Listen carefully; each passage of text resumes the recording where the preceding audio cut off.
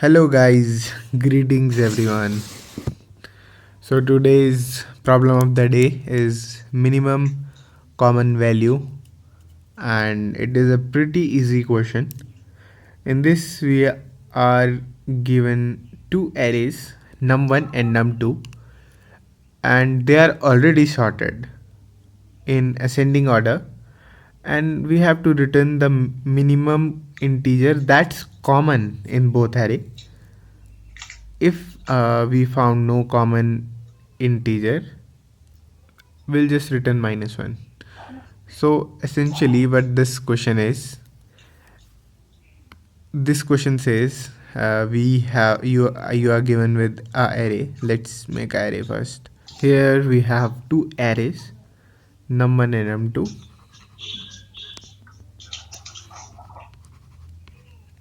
So essentially what this question is, it's just the common element from beginning, because it's just common element from beginning because we have already sorted arrays, and the smallest number which is common will of course be the first number that's common in both array. So what how we'll approach this problem? Of course, array rule 1 will traverse it, and will traverse both the array together. So what we'll do is, uh, for example, we'll start with 0th index of both, and wherever we will find that the number is smaller, will increase the index of that particular array by 1. So here 2 is of course greater than 1, so we'll increase this index by 1 and it will go to 3. Now 2 is smaller than 3, so we'll increase this index by 1 and we'll go to 4. Now 4 is greater than 3, so the index moves here. And of course now 5 is greater than 4, index goes here, and so on. The index from 5 moves to 7, and from for because of 7 it moves to 8, and finally 8 is small sorry greater than 7, so the index moves here. Now we have found a equal element, so we'll just return 8 whatever.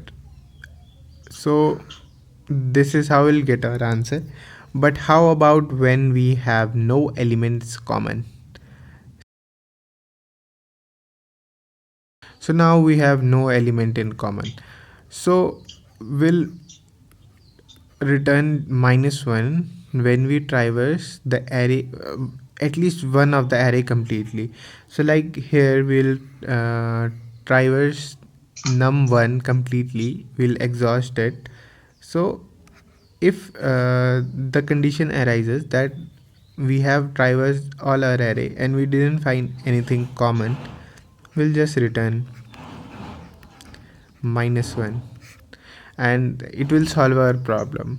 But let's look at one more thing, a very cheap trick to make our solution perform very fast.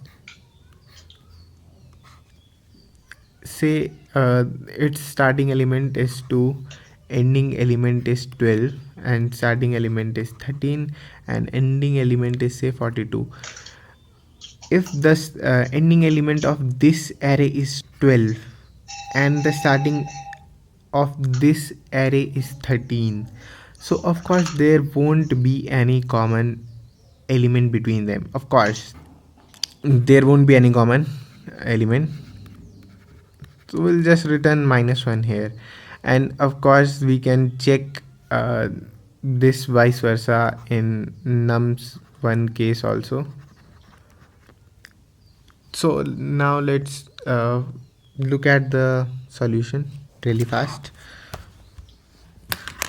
Here's what I was talking about. This is the condition: if nums1 dot length -1, or the last element of nums1 is smaller than nums2's first element, then of course there is no common element. And also when nums2's last element is smaller than nums1's first element, there is no common element. So this will just make our solution perform faster and nothing else. You don't need to put this line here, but the real solution is here. We are taking two index, one for traversing num1 and another for traversing num2. If we traverse any one of the array completely, we'll just return -1. If the numbers we are equal, we'll return the number itself. If the number in nums1 is greater than the number in num2, so we'll increase the index of num2 by 1. And if none of the case is matching, we'll of course increase the index of num1, because the only one case that's left is if the